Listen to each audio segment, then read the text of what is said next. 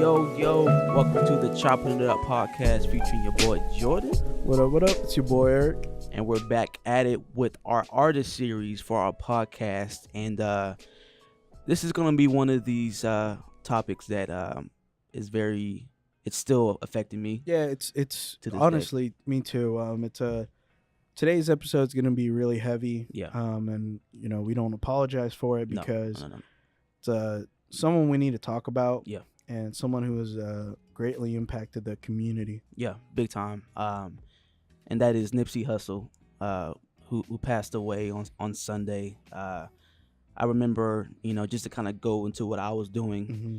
I know we had the whole conference at church, and I got home and I was just exhausted, and I just was laying down. And honestly, bro, it may be just because I was tired or I was just exhausted. I just kind of felt like something wasn't right that day. I don't know what it was. I don't know who it was, whatever, but it was just like I was just scrolling on my phone, man, and I just refreshed my Twitter, and I saw some news about Nipsey that I was hoping wasn't true. And I'm not saying that people should lie about like the situation, but nobody did. But it was kind of like one of those things where it's like, please just let this not be for real. This is not. There's no way that this happened. You're kind of questioning the situation. But when I saw that he was shot at his store, outside of his store, my heart immediately kind of just dropped for a little bit. I remember when you sent me that tweet about they were reporting that Nipsey had gotten shot, and I was like, I was kind of taken back. I was like, I don't know if I read that right. Exactly. And, exactly. To me, I was hoping that the tweet said, Nipsey got shot and he's okay in the hospital, but it wasn't that. It was, he got shot and we really didn't know what his condition was, where he was, what's happening. Yeah. A lot of people were just kind of, that's all we knew. Yeah. All we knew is that he and a couple other people had gotten shot, and that they were being rushed to the hospital. It really threw me off. It was definitely not something that I thought. I don't think anybody saw this coming. No, nobody did. And we're gonna kind of talk about his life, what he's accomplished, what he's been through, his music. But man, this is one of these deaths that you just like, yo. It weighs on you heavy, man. And it's like, it's kind of hard to put into words because what he's done for the community and what he was going to do for the community and was already doing was so incredible. And we, as a culture, as America, I was forever thankful for what he was doing. And I knew that he had a lot of things that he was trying to accomplish. And it's like you just think of his family immediately when that's going on. You just think about, he was a father, he was a husband, I believe, and you just think about, his family, how they're feeling, and I'm just gonna be, I'm gonna be like real honest, and I'm just gonna say what my thoughts were, and I got really frustrated as soon as I kept seeing conspiracy theories about this. Because I feel like that's so disrespectful. It's disrespectful to him. It's disrespectful to his family and to his friends and the people mourning him. Because, it hadn't even been hours and they're already trying to make this romanticized idea that it was like, it was this or that or blah, blah, blah. And it's like, man, the man hasn't even like, been dead for like 6 hours, and you guys are already trying to put things together, trying to get likes from, use his likeness to get views and retweets crap, and it's like, man, it's so disrespectful, and it really upset me because I felt like it disgraced his legacy. No, big time. Once he was pronounced dead and everything, people immediately, or even before he was pronounced dead, people were immediately going to the conspiracy route, and it kind of has my mind twisted a little bit. I'm not gonna say that I'm not gonna act like I was like, man, low key, man, government might have some, but it's like, let me stop that, because I don't want to go there, because honestly, this could just be a man-to-man confrontation that can happen, and boom, that's it. I think, a lot of people are like, oh, it has to be the government, it has to be the government, blah, blah, blah. And it's like, man, he was out there in them streets, like, for real. Like, that, he lived that lifestyle. He still had some of that stuff coming back. Yeah. And, it happens. Yeah. It's a reality in life, whenever you become part of that lifestyle, there's certain things that come with it, big time. And that's what ended up happening. It just, a hater that just didn't like him. I remember he told him that, you're a snitch, you can't come back, blah, blah, blah. And he came back and killed him. Yeah. And it was a matter of like about jealousy and like disrespect, honestly. And like, I feel like, people try to romanticize it more than what it really was. Yeah. And it was just two guys who had a conflict. Yeah. That is straight up conflict, man. And so, and we're going to kind of go into detail about his life, because Nipsey was truly a visionary, a man who had visions for America, who had visions for his community, his city, for LA, just for people as a whole. And I think people need to realize, where he's came from, where he started from, and to where he was going to go. Even though for a short life that he had, he did a lot. Yeah, and I feel like, people need to know that he was more than just a rapper. Yeah. More than just, some artist, some run-of-the-mill person, that just put lyrics to beats. Like, this guy did a lot for his community. And then it started all in the community, that he was one to give back where it all started. Yeah, big time. So we're going to dive in. We're going to kind of talk about his early life, what he's kind of started off from, and to where he's become. So Nipsey Hussle, he was from the Crenshaw neighborhood of South LA. He was from Etrian. I hope I'm not saying this wrong, guys, but I'm trying to learn these different words. But Etrian and American descent. He definitely started off in the hood, bro. He was definitely born in the hood. For sure. He was raised in South LA. Yeah, I mean, in an area where it's really impoverished, and there's a lot of gang violence, all that stuff. You know, big time. He definitely had his past with the affiliation of the Rolling 60s. Yeah, he was an actual member of the Rolling 60s Crips. Yeah. And I don't know if you remember recently, a couple of days ago, you know who Russell Westbrook is, the basketball player? Yeah. He, for a basketball game, I think the day or two after Nipsey passed, because Russell is from L.A., he scored 20 points, 20 rebounds, I think 21 assists or something like that, which equals 61, but 60. And that was, which honestly, bro, as a basketball player, that's incredible to do. Yeah. That's very rare to do that. But he did that for Nipsey, and he said, you know what that means. When somebody asks, who did you do this for? And he said, this is for Nipsey, 60s, and you know what that means. Like, he didn't say what it was, but he just said 60s. Yeah, and if you know, exactly. And so, people were like, wow, like he did that for him for sure, and to even do that is incredible. And so, it just shows you to influence that he had on others for sure. It's everywhere. Yeah.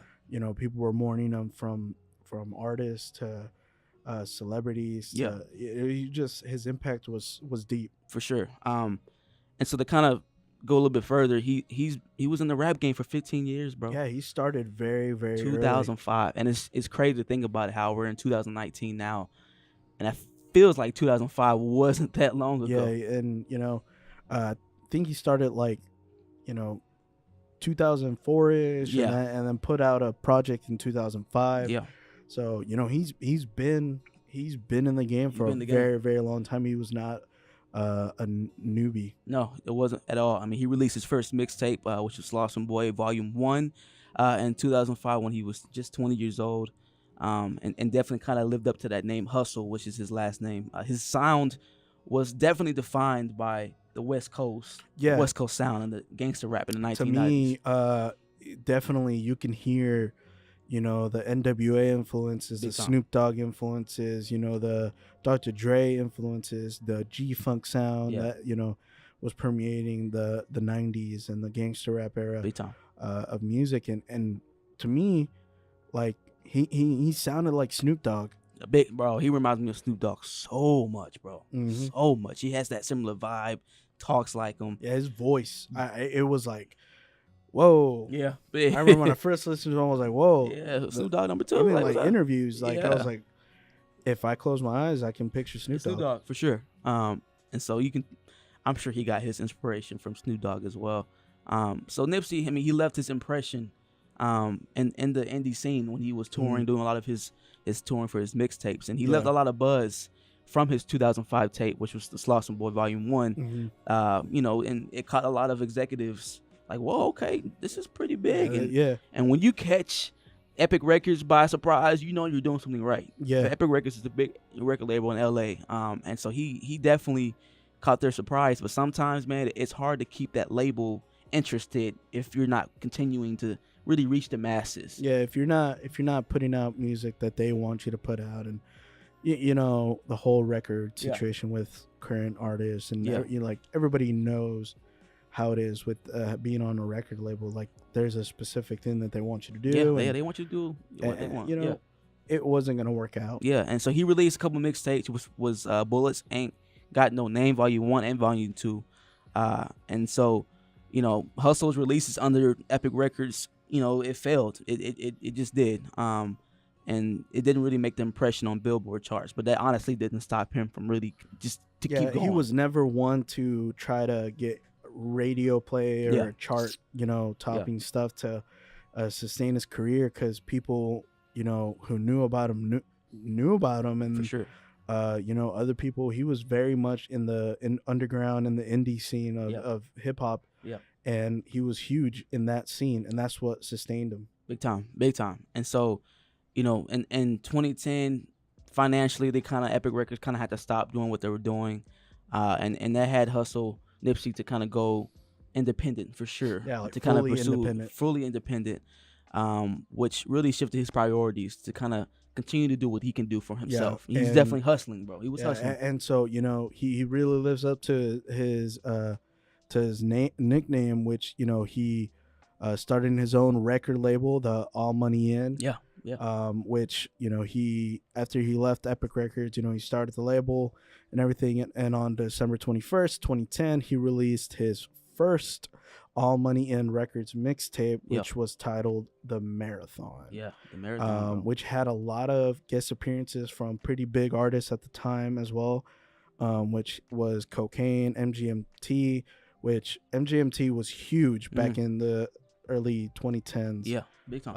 And so it was crazy for him to get that cosign. Yeah, big time. And when he was doing a lot of the just putting out albums and mixtapes, he caught some famous people by surprise, just like Jay-Z, bro. Yeah, Jay-Z always comes in clutch, bro. Dude, Jay-Z deserves an episode.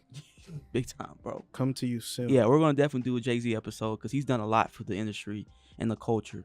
But he supported Nipsey, man, from the beginning. He supported Nipsey, and so basically Nipsey started to, when he was releasing his album Crenshaw, he put out digital copies of the album and put some out for free, but he was also selling 1,000 physical copies and selling them for $100 each. So it's like, wait, what? How does that make any sense? And it was part of his pay.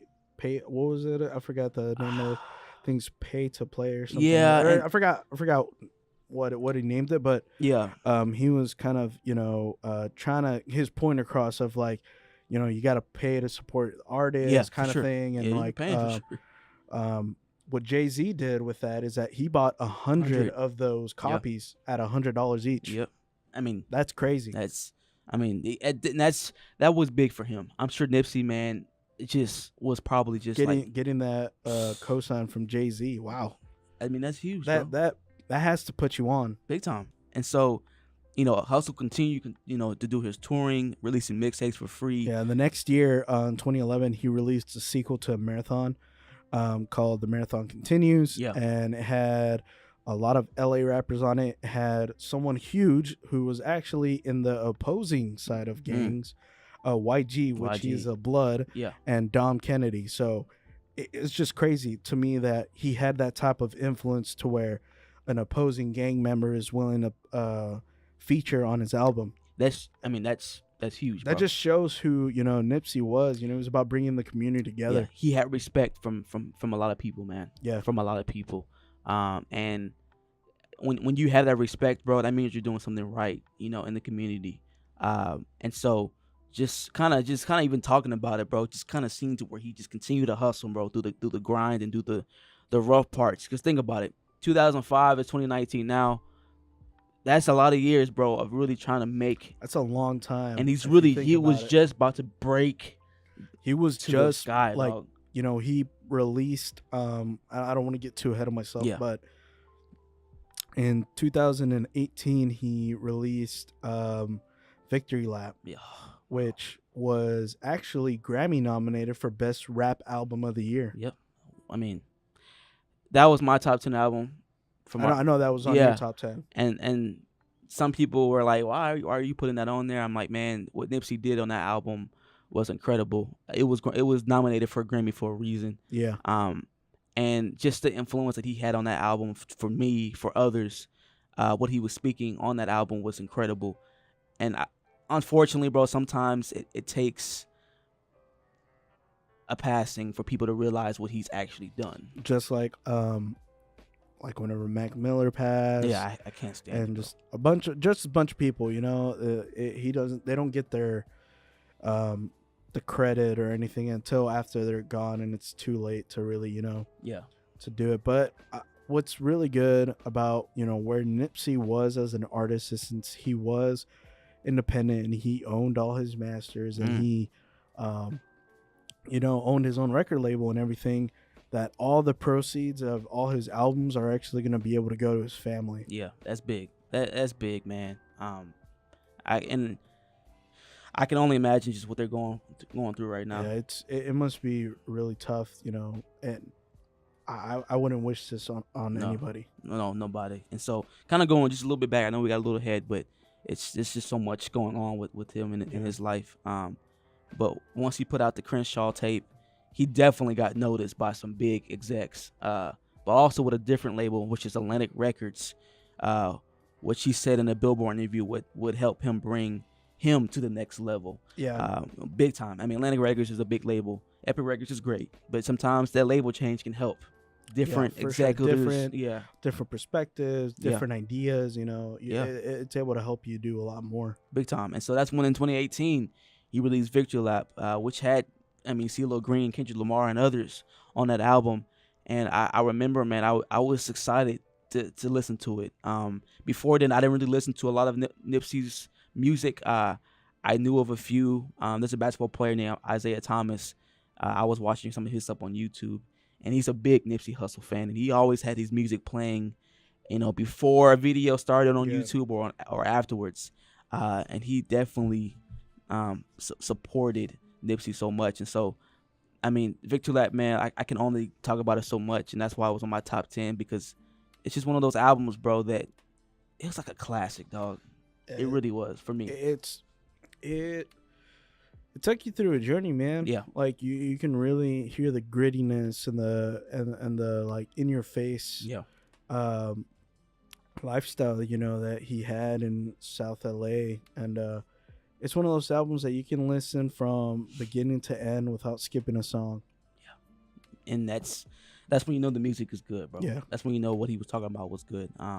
But even before he released Victory Lap in 2017, he bought real estate in the Crenshaw district, and that's what he started the Marathon Clothing, his own shop, and he wanted to just redefine what Crenshaw was about.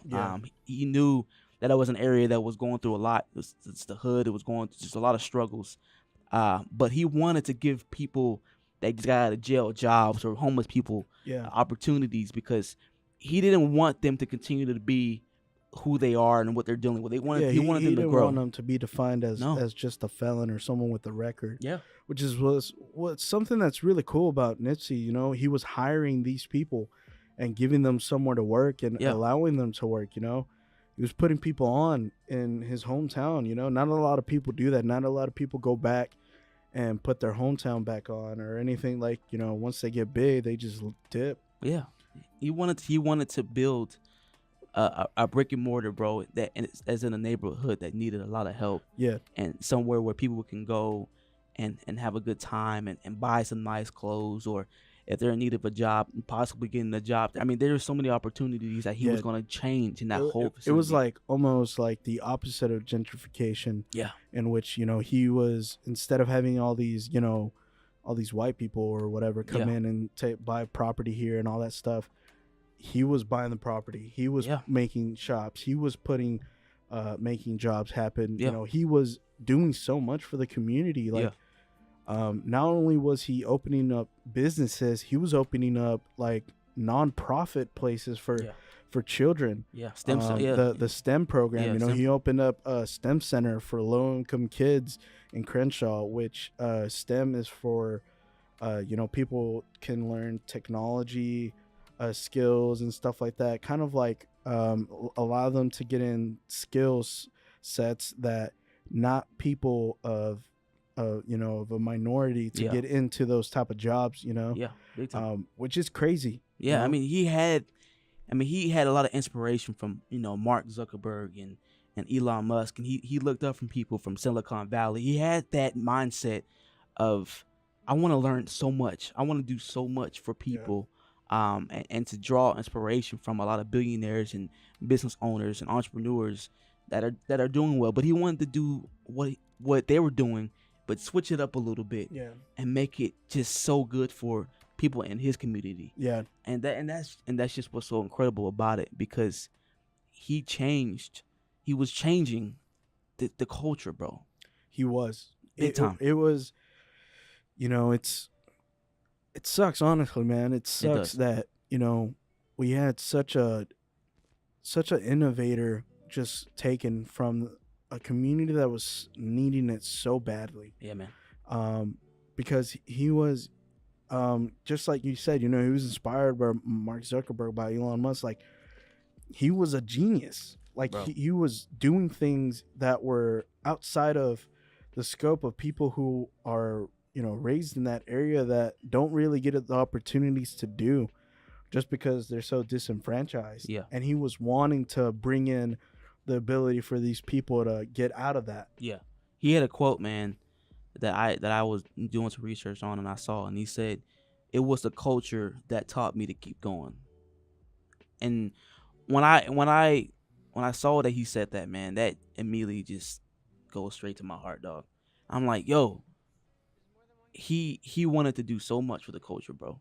Yeah, because he knows what people outside of the culture view the culture as, you know? Yeah, he wanted to change so much, bro. And I think, man, he was just getting started, man. He was so young, man. I mean, 33 years old, bro. I mean, it's honestly, bro, still to this day, and it's going to be for a while, man. I'm just still in shock about everything that has happened. And it's just, I wish, man, that things that could have changed. I just wish something could have happened, bro, because Nipsey, man, he not Nipsey, bro. Not Nipsey, man. To me, it really messed me up, because it started making me question, like, my own, like, mortality and stuff. And, like, you know, if it could happen to Nipsey, you know what? It can happen to anybody, dog. It can happen to anybody, you know? It happened in his hometown. Yeah, bro. Literally where he dropped his first mixtape. Yep. Outside of his store, bro. It sucks. I mean, it's still something, man, where I'm like, why? And I think, and this is just for my opinion, man, but the community, the black community, has to do better, bro. It has to. It's something that I can't personally speak on. I know. And I don't want to, because that's not my place. But you know, I'll say it from, like, my, you know, being Mexican and being in that community, like, I can kind of understand a little bit, because I see some things, like, where we kind of play in the stereotype of what people, you know, make us out to be. And it kind of gets frustrating, you know, because I don't want our community to be painted in that picture, in that light, because that's not who we are. No, it's not. You know, I'm trying to put this the right way, man. I think as a community, as a culture, man, we need to figure out, man, just ways that we need to love each other, bro. Of course, there's gonna be indifferences. Everybody is different. It's all easier said than done. Uh, but there's no need to kill somebody because you don't like him. It's just as the black Yeah. as the black community, man. This situation going on, the black on black crimes, that's what it was. It's not there hasn't been that much change, man. And this situation shines a light bulb on how the black community needs to do much better, bro. It needs to do a lot of things differently because we're hating each other. We're not loving each other, you know? And Nipsey was the type of person to where he wasn't selfish. Nipsey would get his masters, his money from his albums and songs and whatever, and would put it back into the community, would buy people clothes with. And I saw a story too about, the reason why there wasn't that many people around him while he was outside of his store is because he was going to be buying clothes for a friend of his that was in jail for a prison for 20 years and just got out that same day. Wow. And he was going to buy him clothes and was going to, I think, supposed to do a special birthday party or, home gathering for him. And he was supposed to meet up with him outside of the store. Mm-hmm. And that's why there was no security guards with him, because it was supposed to be a low-key thing. He was trying to do something good for somebody that just got released from prison after 20 years of serving and got shot because the dude hated him. It don't make sense, bro. It doesn't. It don't make sense. And so stuff like that has got to change, bro. There's no need to hate people, man, just because of, oh, Nipsey's doing well, he's at the top, It's jealousy. Yeah, bro. Jealousy can be bro. Jealousy is the worst thing, man, that you can have, bro, on another person, because you're your own person. You can be like somebody if you work hard, but you're a different person. Nipsey was a man that wanted to do things for others. He wasn't selfish. There's a lot of rappers out here that they get their fame and they kind of just stay put. Nipsey was continue to do efforts in the community, was building businesses and building things for the community to where people of a lower class can have an opportunity and a chance to kind of build themselves up, and give them the opportunity to really just see what it's like, man. To what Nipsey came from the bottom, bro, and made himself made his way to the top, but continue to give back to people that where he was before. Yeah. And I think for me, there's a few people that in the community, black community, where they get their money, they get their shine and their fame, they're gone. Nipsey was a total opposite. He wanted to do things for others. Which, it, to me, like, that's something that I feel like was kind of ingrained almost in me. Yeah. With, because I didn't grow up in the greatest of places either. And, a lot of people always talk about, leaving the hood or whatever. Yeah. And, like, people talk about how, you don't want to live here, you don't want to be here. And he wasn't like that. Like, he knew what his home was. He knew the problems it had. He knew everything that came with it. And he still was like, no, I'm going to come back. And I'm not going to come back empty-handed. We're going to come back and we're going to start building things here. Yeah. And we're going to start investing in things in this community. And, some of the things that he did, he, of course, he started the Marathon clothing store. He started a barbershop, a fish market, a burger restaurant, and a co-working space, and of course the STEM center. Yeah. But like, just to think that people want to box him in as just this rapper or just this artist or whatever. He did a lot more than that. And like, man, this guy was a visionary. Yeah. Big time. I mean, I already know, bro, he has so many more ideas, man. So many. I mean, just putting the music to the side, bro. I know he wanted to do a lot more. Yeah, I know he wanted to do a lot more. And of course, he had the documentary that he planned on doing. The Dr. Sebi documentary, which I don't know very much about who he was, but from what people say is that he's this doctor who he had the cure for AIDS and everything. Apparently had the cure for AIDS. I don't know if he had an actual doctorate or anything like that. Yeah, he didn't have his license, I believe. And so he got in trouble for it. I mean, let's be honest, the government definitely cracked down on him because like, yo, you ain't got your license, you can't be doing stuff like this. And he did herbal treatments. Yeah. He was a self-proclaimed healer. Now, I'm not going to sit here and say or talk about this man like I know who he is or I know what he's done or anything like that, because I don't. But from what I've known and stuff like that, a lot of people, have discredited him. They're saying that he was a liar, blah, blah, blah. Yeah. But, Nipsey was doing a documentary on a lot of things that he did and why he was important. But, it goes back to the whole theory thing. People think that it was because of this, that, the government got him or anything, but it was man to man, bro. I think it discredits who he was. Yeah. No, big time. And it just came down, bro, to one man, literally just one man that decided, you know what, I'm going to take Nipsey's life because I don't like what he said to me, or an argument that they had, who knows what was said. It just came to one decision, bro, for his head to be like, you know what? Yeah, it's okay to just kill him, bro. It's okay to just shoot him outside of his door, knowing what he's done for the community, and that's it. Yeah. That's literally just it.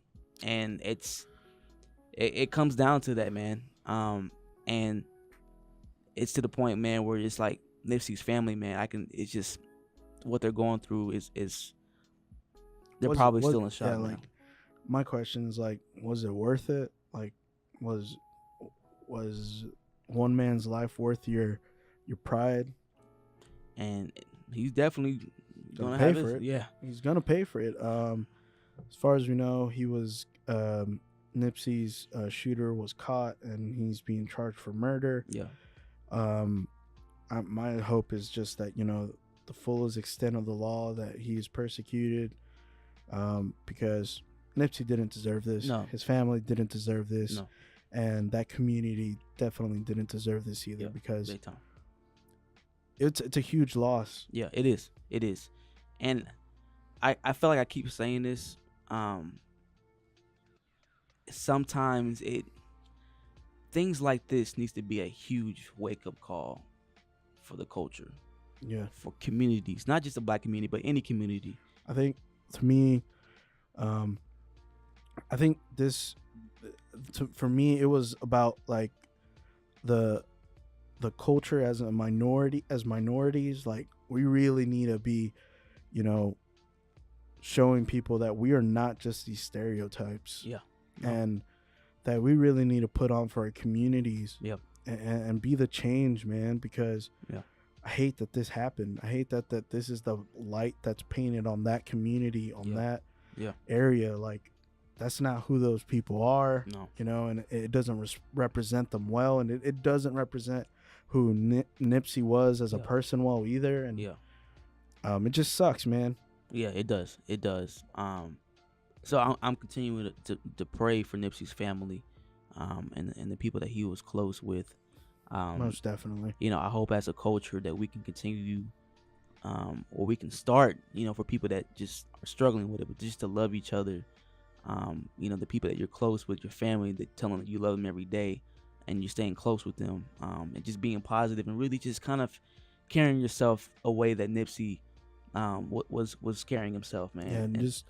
Yeah, be about love, be about loving each other, and just, there's no reason to take somebody's life. There's none. There's no reason. I mean, I know we live our life, we're human, and we're all different. But we only have one life to live, guys. We only have one life, one chance to leave a legacy, to have a journey, man, to where we experience a bunch of things. We've done a bunch of things, and as a culture, we need to learn to love each other. We need to learn to inspire. We need to learn to help others. That's the most important thing, man. We need to learn to help others. And we need to learn how to give without having the thought of something coming back. Yeah. About just being able to give without expectations of return. Yeah, exactly. And so, this episode was definitely hard for me. Yeah, it was definitely a hard episode. And I personally don't apologize for it because to me this was a huge loss. Yeah.